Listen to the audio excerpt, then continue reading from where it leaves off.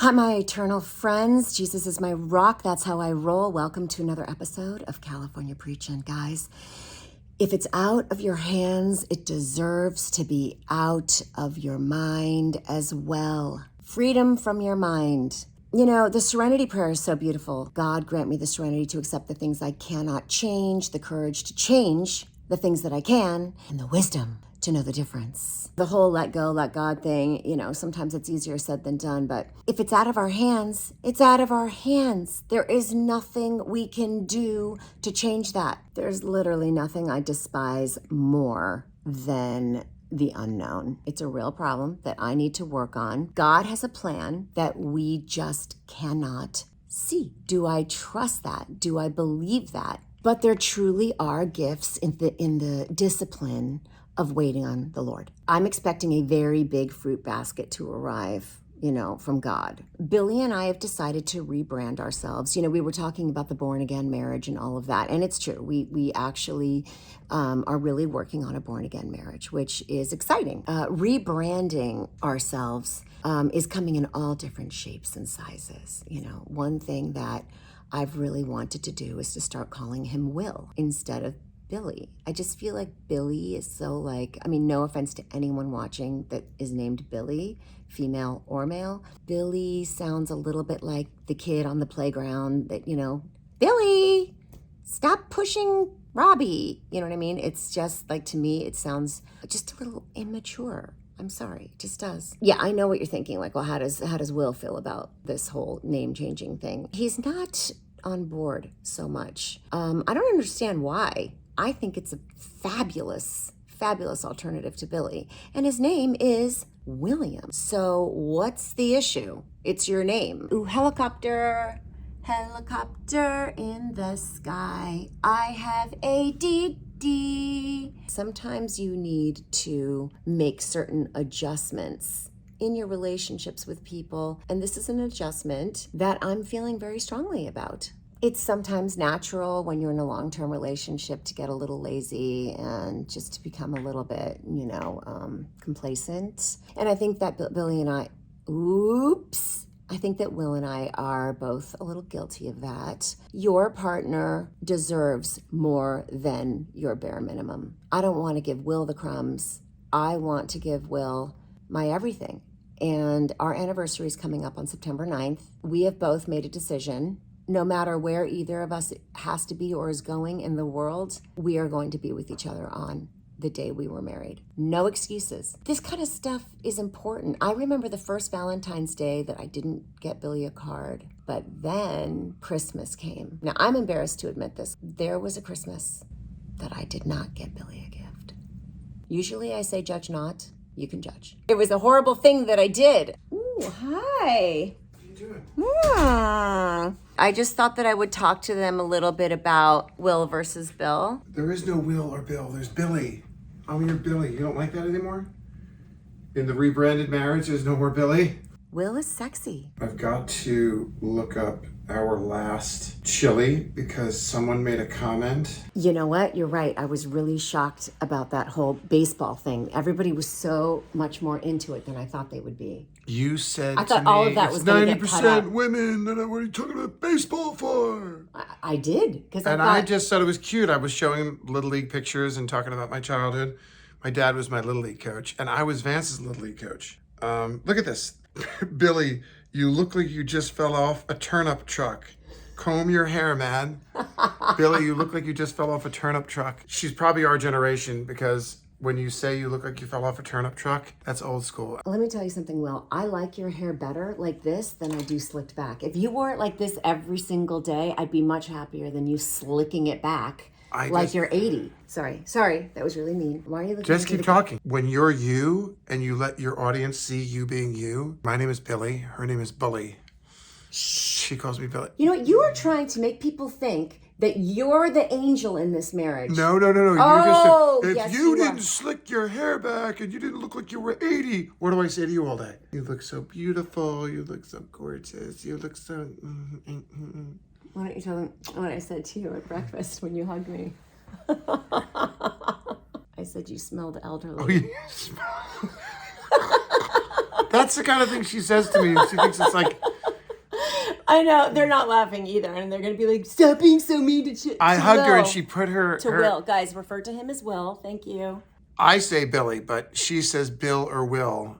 Do you want Bill or Will, or do you want Billy? I say Billy. Are we rebranding or are we not rebranding? Is there anything you want to rebrand about me? Where should I begin? Where can I begin? Exactly. By the way, everyone says, how could you be Billy when you're an adult male? How could you be Billy when you're an adult male? Let me tell you something. What do you mean? People say that to you? Oh, yeah, like they make Well, fun. then hello. Yeah, okay. Will is very dignified. It's distinguished. It's sexy. I haven't showered yet, so I probably still smell elderly. Okay. on Twitter, and they said, what kind of a man walks around calling himself Billy? And I responded on Twitter. I said, I'll let you know. Billy Joel, Billy Crystal, Billy Wilder, Billy Idol, Billy Ray Cyrus, Billy Graham, Billy Smith, who was the goaltender for the Islanders, about 50 more. And the last one is the one and only gunslinger, Billy the Kid. Maybe you call me that. Billy the Kid. No, that's worse. The whole reason why I don't want to call you Billy is because it sounds like a kid. So, baby, what are some of the ways that you would like to rebrand me? Everybody on this talks about how we have great communication, and we do, but there's other aspects of our communication, aka miscommunication, like every other couple we have problems with. I think the greatest thing that I would like to rebrand in our marriage, how I process stress and anxiety and how you process stress and anxiety. It would be... You process stress and anxiety way worse than I do. That's the problem. I don't manage it well enough, and all you do 24/7 is manage it, and it's not working. So we need to try plan B. Whether it has something to do with you or nothing to do with you, how you manage and how we process this and not let it become a problem for the marriage is a big issue. Whether it has to do with you or not, sometimes I'm afraid to say anything to you, and I'm walking on eggshells or walking through a minefield because I'm not sure what to say or how to say it because I'm afraid it's gonna trigger anxiety and make you upset. So I wind up sort of... Well, it's all about your delivery. Yes, but I also wind up walking around stewing and brewing, and I have sort of this passive-aggressive tension because things are bothering me. A lot of the times having nothing to do with you, sometimes with you. I want to talk about them. I think what's a really good practice for couples, and it's really good for us, especially if you have a partner with special needs. Touche. I think it's really good to say to your partner, there's things that I need to talk about related to business, travel, money, kids. Could you let me know when you have some time later today, or maybe tomorrow we could have lunch, and after lunch we could have a beautiful lunch, and then we could have like a business meeting. Some of the communication has to become healthier, and one of the easy ways would be to say, could you let me know when you have some time later today or maybe tomorrow so we can sit down and go over a few things. Leave the gun, take the cannoli. It's from The Godfather. Believe me, they understand what that means. Okay. I'm going out to buy an Olivia Newton-John t-shirt today for Will you get me one? Yeah, I want white though. So anyway, to wrap it up, and we can continue this in the middle of this top secret, 007 top secret, Miss Moneypenny over here. Boy, pun intended. I can bring home the bacon, fry it up in a pan. And never, ever will I forget you're my man, 'cause I'm a woman. I'm Jolie. I love how she finds a way to spontaneously break into song in these Chili's or any of your videos, because I love when you sing. As you can see, we have great communication, like, relationship goals. But we also have very bad communication that causes problems for our relationship. And to make this plan, to sit down where both people are ready and prepared and sort of emotionally prepared, and in doing so and being ahead of the game and being organized, you're not letting life get in the way of the marriage, which is super important. You're killing like 3 birds with 1 stone. I really believe that a huge part of communication is taking that moment between stimuli and response. So like when you get stimulated or when I get stimulated, can we stop and just take a moment and say, okay, I'm gonna stop, I'm gonna breathe. I just got triggered. We're listening to this book on tape right now. We're listening to this book on tape by Terry Real. He's this renowned couples therapist, world-renowned couples therapist from Boston. And he has this book called Fierce Intimacy. So highly recommended. But notes on the first chapter, ready? Relational mindfulness, second consciousness. Intimacy is a practice. First consciousness is knee-jerk instinctual response, fight, flight, or fix. Fix isn't always the best. Second consciousness, which is what he recommends, is prefrontal cortex, time to think and process. Use relational mindfulness to develop your second consciousness. Second consciousness is stop, be quiet, contain your boundaries, breathe, go for a walk. Bring yourself into center. Bring yourself back into your functional adult. Don't make her bad day. He was talking about his wife. Don't make her bad day or his bad day your bad day. So he was giving an example. We'll use our life for an example. I come home from being on the road for a couple of days doing a film, or a couple of weeks doing a film. I come home. China's been wrapped up with the kids, and she's just finished a couple of shows. The whole time I've been gone, she's been cooking and cleaning and grocery shopping. She's overwhelmed. She's a little bit resentful towards me because she's been taking care of her career and the family while I've been around gallivanting, playing and making movies. And he said, don't get into an argument. Don't let it escalate out of control. He said to his wife one time when he came home from doing an overnight conference, he said, sit down, put up your feet.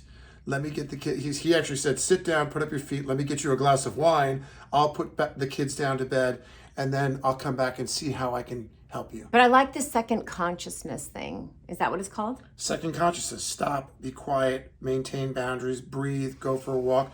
Bring yourself into center. Bring yourself back into your functional adult. Mm-hmm. It's basically called take a breath, pause it for 10 minutes, let it calm down, and then come back and let's talk about it like adults. Rather than fight, flight, or fix. Rather than getting emotional, urgent, escalating, and then all of a sudden. But one of the key points to that is that you don't just get up and walk away. You say, I need a break. I'll be back in 10 minutes. You let the person know, I'll be back in 10 minutes, or I need a couple of hours. You just put a time on it so that the other person's not just wondering when we're going to address this issue. We're awful at that. We communicate amazingly in so many ways.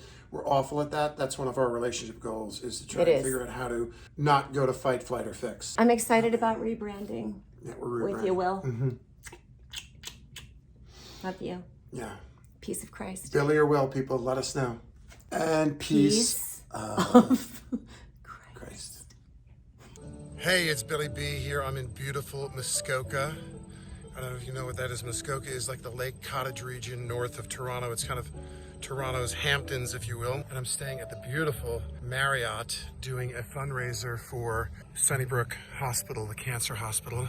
I just wanted to check in with you guys to drop a chili bomb. And I just wanted to say that I checked out China's California Healing, which I think is a beautiful, perfect evolution and progression from California Preaching.